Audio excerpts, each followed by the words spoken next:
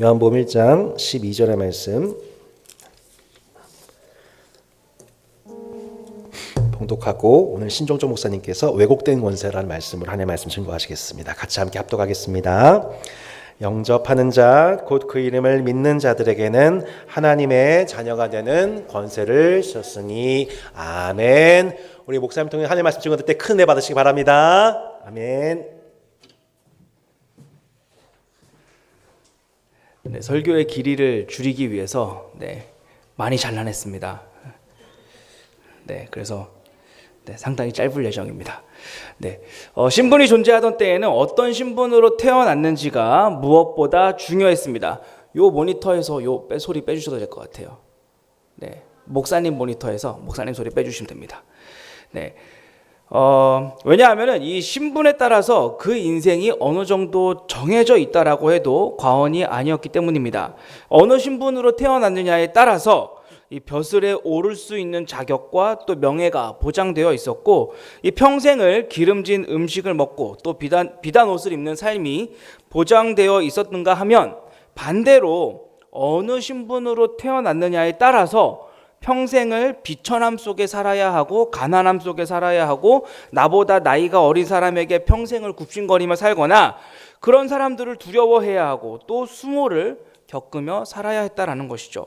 따라서 신분이라고 하는 것이 절대적이었던 사회에서는 어느 가문 출신이냐, 얼마나 신분이 높은 부모를 두었느냐 하는 것, 다시 말해 이 자녀의 권세, 소위 말하는 뉘집 자식이냐라고 하는 것이 정말 대단한 것이었습니다. 이 신분이 절대적이었던 사회에서는 이 뉘집 자식이냐 하는 것은 모든 것을 초월할 수 있는 힘이었다라는 것이죠. 하지만 이 세월이 바뀌고 이런 신분의 그 의미가 없어지고 자본주의 사회가 된 오늘날 현대사회에서는 이 신분보다는 재산이 곧 신분의 역할을 하게 되었습니다. 이 신분이 중요했던 사회에서는 신분이 곧 금수저와 은수저를 나누는 기준이 되었지만, 현대사회와 같은 이 자본주의 사회에서는 재산이 곧 금수저냐 은수저를 나누는 그 기준이 되었다라는 말이죠. 돈이 있으면 떵떵거리며 살 수 있고, 잘못을 하고도 돈이 있으면 오히려 큰 소리를 칠 수가 있고, 반대로 돈이 없으면 기가 죽어 살아야 하고, 잘못이 없음에도 불구하고 아쉬운 소리를 해야 하는 것이 바로 오늘날 현대사회라고 할 수 있겠습니다.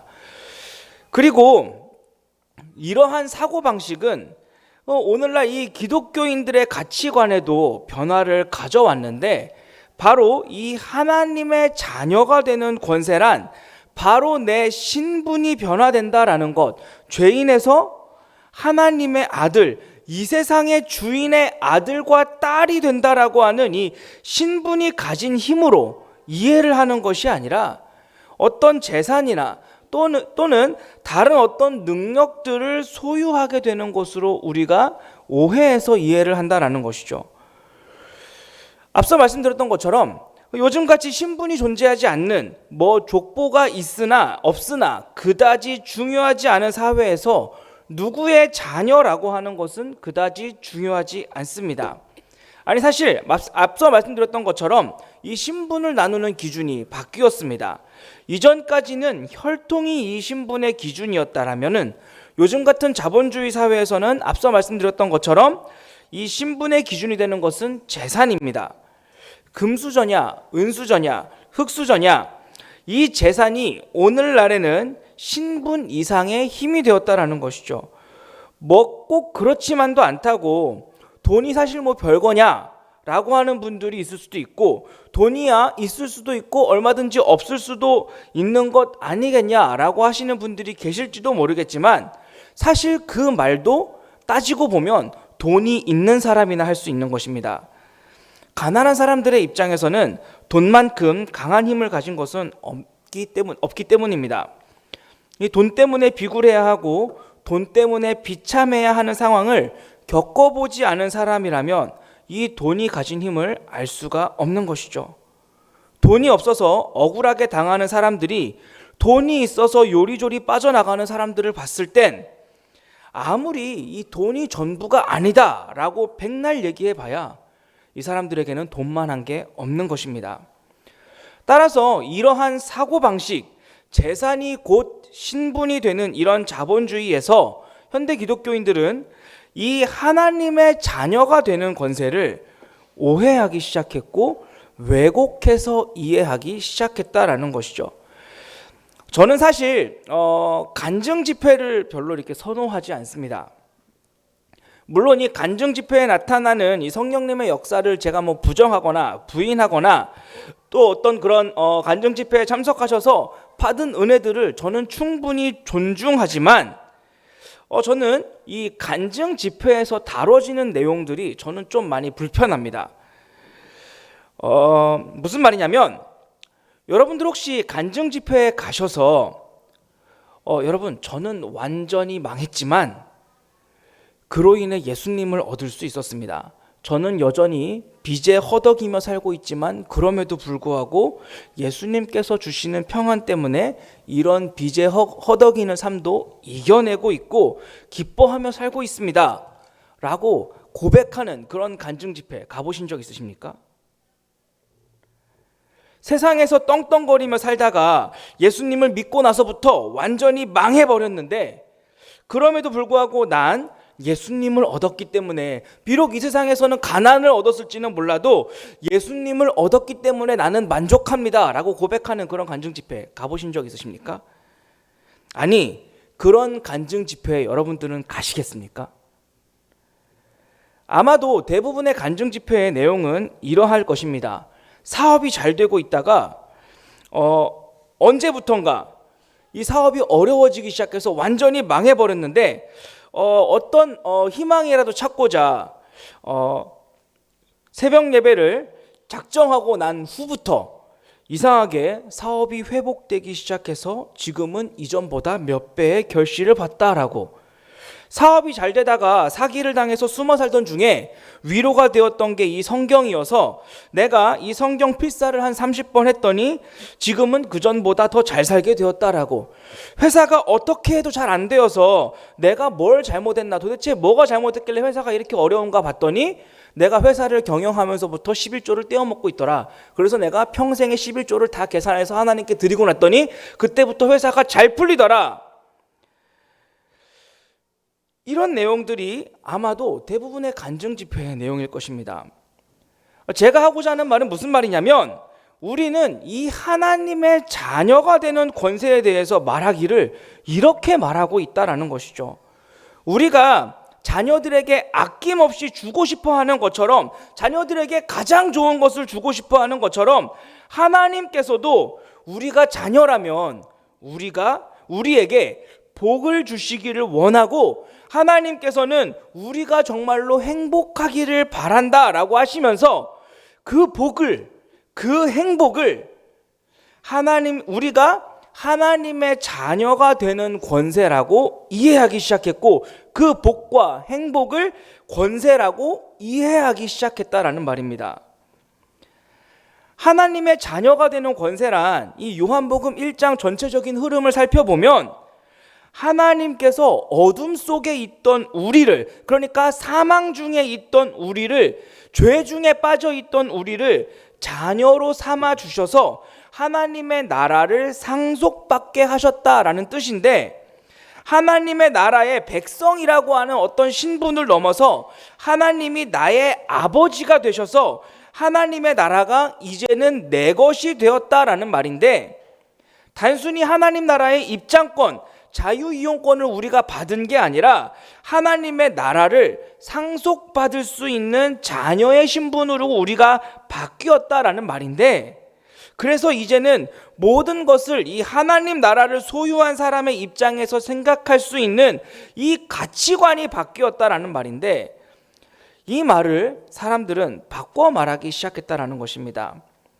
우리가 자녀들을 위해서는 내 모든 것을 다 줘도 아깝지 않은 것처럼 우리를 사랑하셔서 아들까지도 내어주시고 하나님의 나라를 상속까지 해주시는 분이시라면, 그런 하나님이시라면 우리를 이 땅에서도 잘 살게 하시지 않겠느냐며 우리에게 다 주시지 않으시겠느냐며 그렇게 우리를 사랑하시는 분이시라면 어떻게 우리를 가난하게 살게 하시겠느냐며 우리를 사랑하시는 분이시라면 그래서 아들까지도 주셨다라고 하는 분이시라면 우리를 잘 살게 하지 않으시겠느냐, 우리를 축복하지 않으시겠느냐라고 말을 바꿔서 말하기 시작했다라는 것입니다.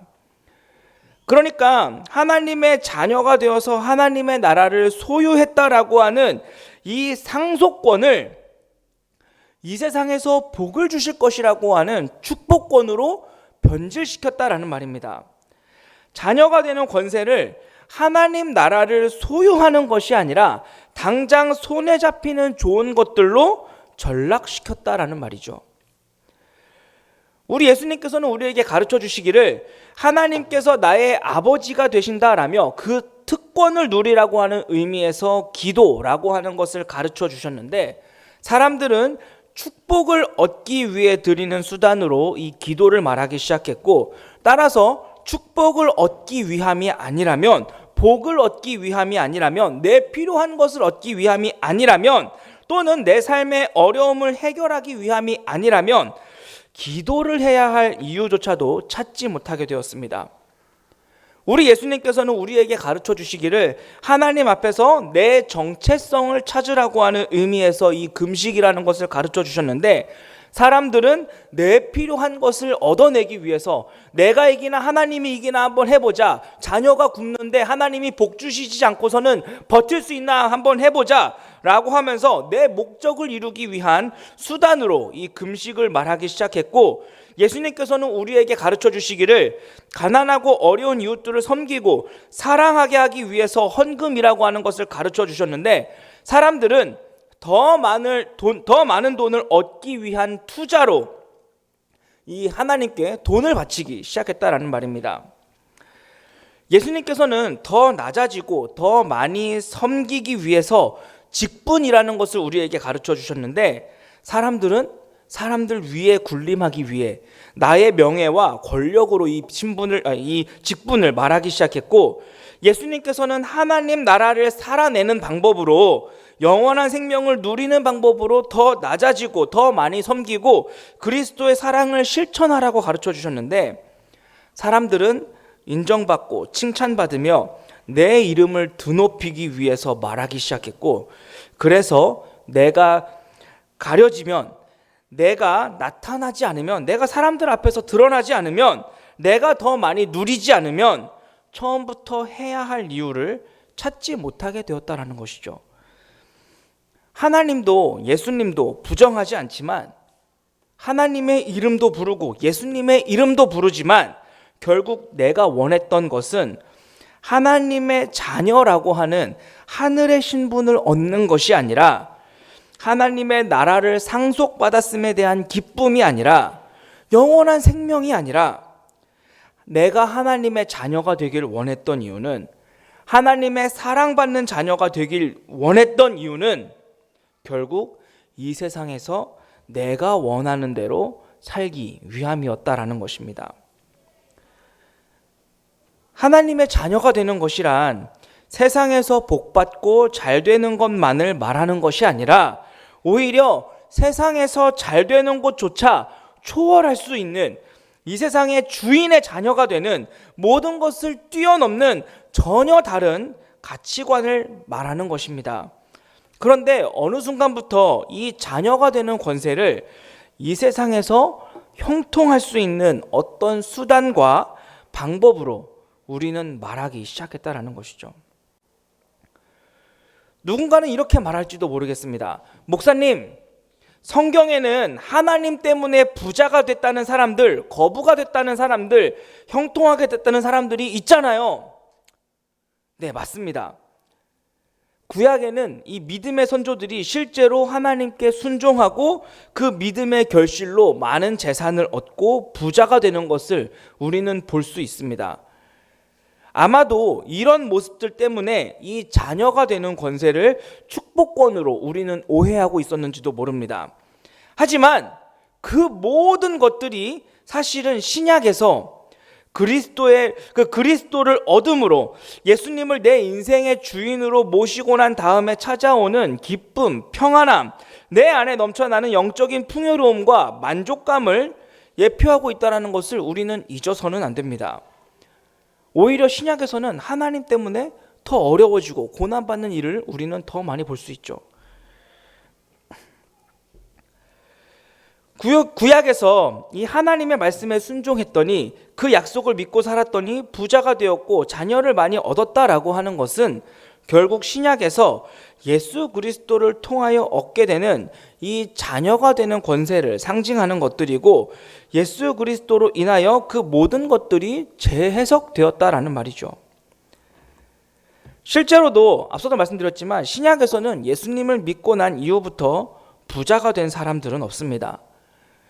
그런데도 자꾸만 우리는 예수 그리스도로 인하여서 재해석된 것들을 자꾸만 그리스도 이전으로 돌아가서 내가 이것을 드리면 하나님께서 분명히 복을 주실 것이라고, 내가 이것을 하면 하나님께서 나에게 축복을 주실 것이라고 우리는 말한다라는 것입니다.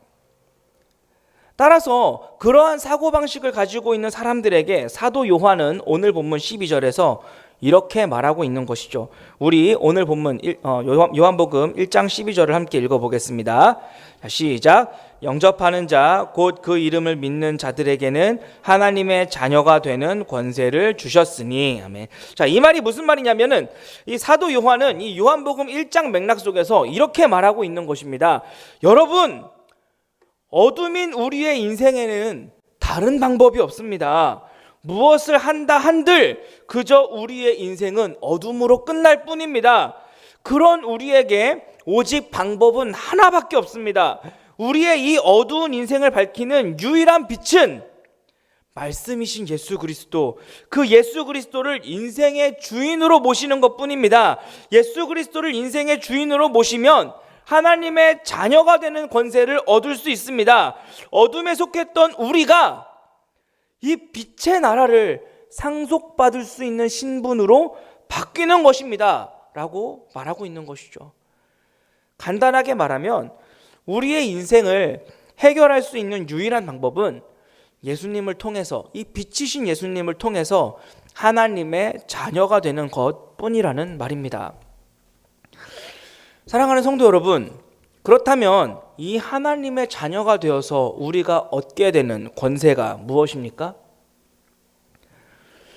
때로는 너무 아프고 이 삶의 무게가 너무 무겁고 매 순간마다 다가오는 이 고난에 이제는 너무 버겁고 수치스러운 일들을 당하고 이 상실을 경험하지만, 그럼에도 불구하고 이 하나님 나라를 소유했다라고 하는 이 변화된 신분, 영원한 나라의 관점에서 지금의 이 나의 삶을 바라볼 수 있는 것, 완전히 가치관이 바뀌는 것, 이것이 바로 자녀가 되는 권세입니다. 가난해도, 비록 어렵게 살아도, 배운 것이 없어도, 가진 것이 없어도, 많은 고난과 아픔이 눈앞에 놓여 있고 뻔한 인생을 산다 할지라도, 공평치 못한 조건과 환경 앞에서도 눈물을 꾹 참고 괜찮다고 말할 수 있는, 아니 오히려 하나님의 나라를 소유했기 때문에 그런 인생을 산다 할지라도 내가 행복하다 말할 수 있는 그 영원한 하나님의 나라를 소유한 것, 이것이 바로 자녀가 되는 권세입니다.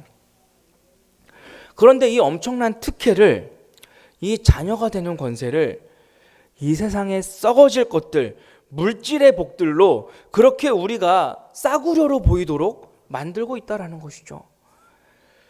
우리의 상한 마음이 치유되고 불공평한 세상에서 이 악전고투하는 우리의 삶에 안식과 체험을 가져다주는 그 하나님의 나라, 하나님께서 모든 눈물을 씻기시고 모든 상처를 싸매시고 이제 다 되었다라고 말씀하시는 그 하나님 나라에 대한 소망 때문에 바뀌는 그 가치관의 변화, 이것이 하나님의 자녀가 되어 얻을 수 있는 권세라는 말입니다.